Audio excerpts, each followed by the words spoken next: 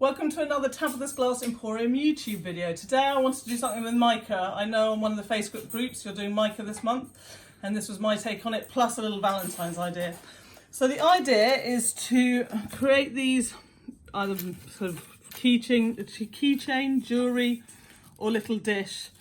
And it's using quite thick glass on top to sort of give this sort of feeling of depth. And then we put this mica details on top. And on this one, we've actually surrounded the large murrine with mica. So you've sort of got mica trapped inside as well. And the whole idea of this, because as you will know, anyone who buys my murrine, that when you have a shape, you can't full fuse it because you lose the shape. And the whole idea of this is I've come up with a firing schedule that you can fuse slower, and then the glass surrounds the murrine and traps the shape. So you keep these fantastic heart shapes for the most part, and you don't kind of lose them in blobs. Here they've, these were hearts and they've slightly gone, but you certainly keep them in the bigger ones. So I'm going to show you how to do that.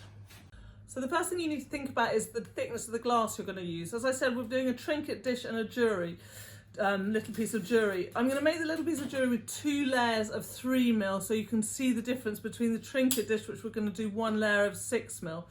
Now you can use 4mm, and you don't get too much dog boning around the edges. But the issue with using 4mm is you don't get this wonderful depth that you get in the piece when you use 6mm. Now you're probably never going to be able to see this so clearly on your on the video, but you do get this sort of kind of wonderful feeling of seeing into the glass and down to it. The other thing I want to just quickly talk about is the quality of your kiln shelf you're doing this on. You're really, because this is clear, you really do get a lot of texture on the back if your kiln shelf is not flat. It's going to show up every bump and lump and bruise of your kiln shelf. So have a think about that before you're fusing. Maybe choose your best possible kiln shelf, give it a clean. We're going to use, as I always do, thin fire. You can use kiln wash if you want. But just have a little think about kind of the quality of your kiln shelf. I've got one here which isn't so great, but I'm going to make sure I put this piece, in fact I'm going to turn it around right now and remind myself this is the corner I'm using for this particular project. So cutting 6mm, some of you might find that a bit scary, which is why I'm saying you can use the 4mm if you want. It's harder cutting 6mm. There are special breakers for it, but I actually find the normal ones fine. I'm just going to pop on my specs before I break. Line it up. And you have to press quite hard, guys. You do have to give it a really good squeeze. Put this piece to the side. And I've thought about my mould size before I've done this, so I'm cutting this piece to fit this mould. I'm just double checking it now. And so kind of there.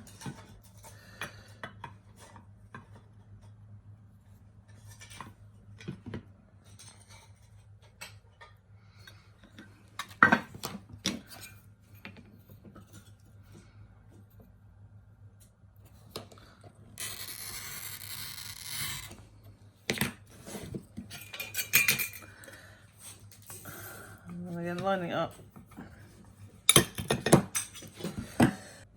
So if you have problems breaking, there are other breakers, these sort of big blue ones which are supposed to break 6mm, or there is a kind of another way. It's sort of, you have to be breaking off a big piece. If you're trying to break off a small piece, this won't work.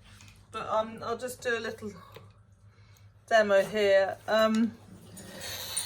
You score a line, put a safety glove on, cup your hand over it and just tap it with a hammer. It will break like that. Now let's say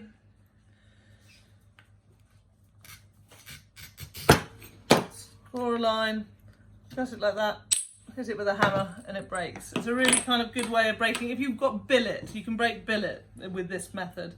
It's fantastic. Thank you Sue Tinkler for showing me that one.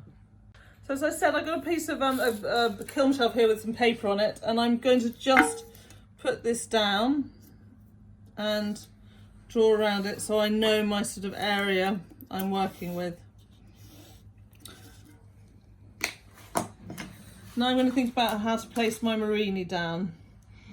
So I'm using some of these Excel. These are the kind of candy Excel hearts. Not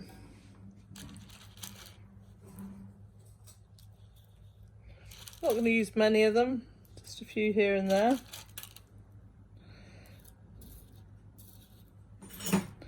So like that, and then I'm going to use these other murrine.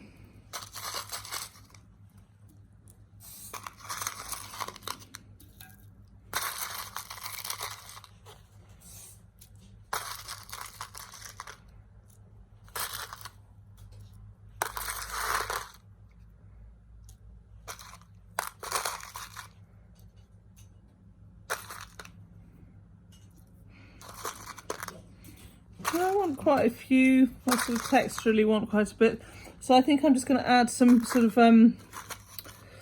frit at the bottom. These are our red star murrine, and we just repulled them, and I just think they're so pretty. So I was really like, oh, I want to repull this. Let's use this in this project, and they're quite kind of pretty for Valentine's Day. Use that. Okay. So I'm just going to grab a bit of frit and add a little bit of frit on here as well. So I've got some fine fuchsia frit here, which I'm just sort of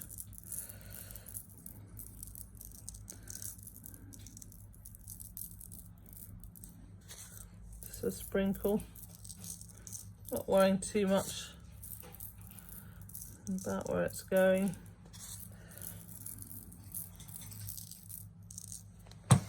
And then this is cranberry pink, so a little bit of that as well. Now the idea of this is going on a full fuse, and I hear a lot of you saying, oh my god, but you're going to lose the heart shape on the full fuse. But as you can see, you don't. So I'm doing a fuse where I do a 2-hour bubble squeeze, which will help the glass relax around it, and then I'm also holding at like 710, 720 for another 40 minutes, which will kind of help the glass relax around the parts before it goes on a full fuse, and then it will go fast up to a full fuse. And then by then the kind of 6mm, because the glass has settled around these hearts, and these have got a kind of heart pattern in them anyway, we should keep the heart shape. I'm just going to add a tiny bit more of this. And just a little bit of something slightly bigger. This is sunset coral.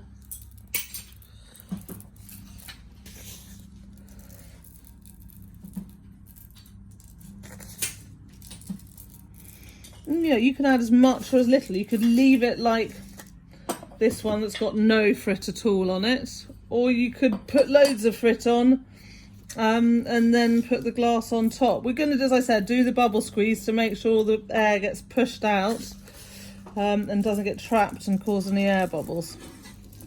That's another reason though for using a good kiln shelf. Now I'm just going to get a paintbrush and sort of push everything in so it's got within the circle, so I'm not wasting any of this frit, because this frit I'm using is not the cheapest frit in the book. But if you wanted to do this, you could do one of these for kind of more a masculine one and use blue colours and things. So lastly, then I'm going to take my piece of glass, give it a really good clean. You're going to want to make sure that this is really nice and clean before you put it on top. Now I use these microfiber cloths. Slightly want to think of some other option, because I know microfibers aren't great for the environment, but right now they are our best option. And proper industrial cleaner I get from one of my suppliers. Glass Studio Supplies sell this and it's really good.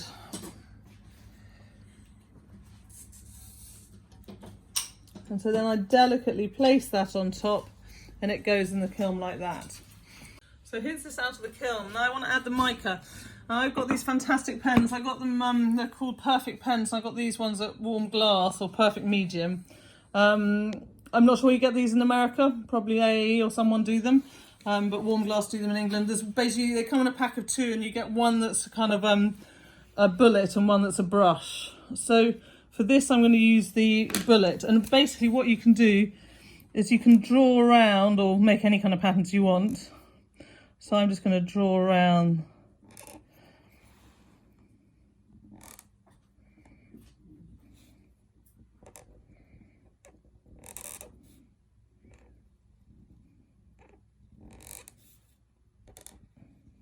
the XLs like this, and then you put your mica on. I'm just going to sort of use a paintbrush to put the mica over where I've drawn, and then you can kind of just brush it off, and you can see where the pen was, the mica stays.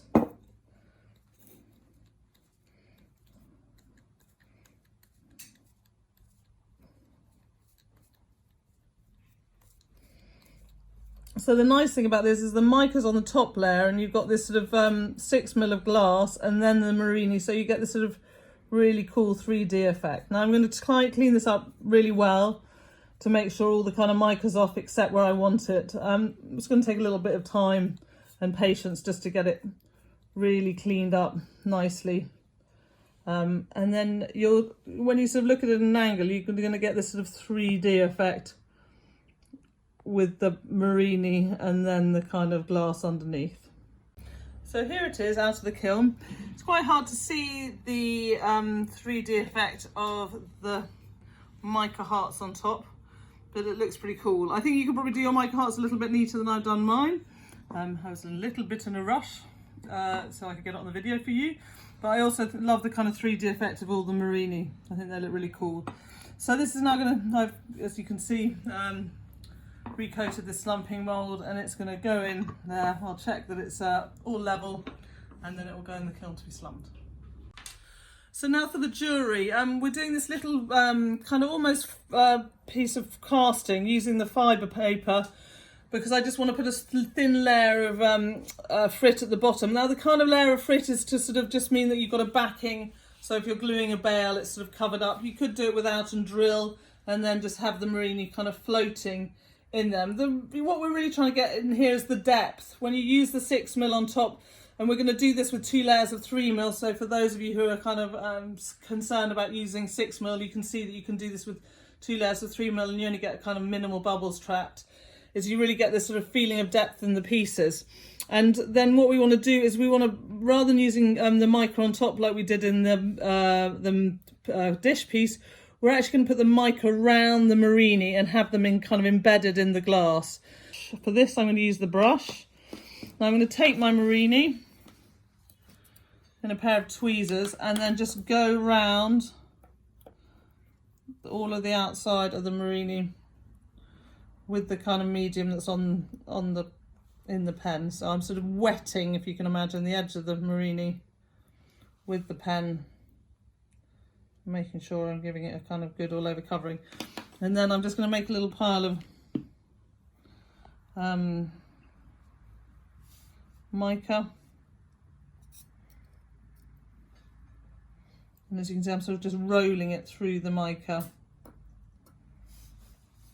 And then this sort of edge bit, I'm just going to dab it on top like that. And give it a tap. It's a little bit tricky to pick it up again, give it a bash. Then you can use a paintbrush or a cotton bud to sort of tidy up the excess. Really, I've got a bit of cotton bud here with some cleaner in it. And I'm just sort of cleaning off the mica off there. So once that's done, I think about putting them in the mould. So a little bit of 6mm fibre paper. I'm going to use some blue gel glue to glue it down. So my blue gel glue is clogged, as you all know that happens at the most opportune moments. So I literally put that down. Then I'm going to put some frit in. I'm using some Courtenay lavender here, but you know, use whatever frits you like. some petal pink. I'm making sure at the top here I've got a good covering of kind of opal, because I'm also going to put some Neo Lavender transparent in, but I want the sort of good covering of sort of opal glass at the top. So that's kind of covered. And now I'm going to place my murrine. So I've got my one from over here. Oop. Actually, I'm just going to use my fingers. Pick it up and place that. Now I'm placing it off centre. I don't want it kind of dead flat bang in the middle. So I'm placing it slightly off centre. And I've got some other little murrine that have also got the mica around the edge.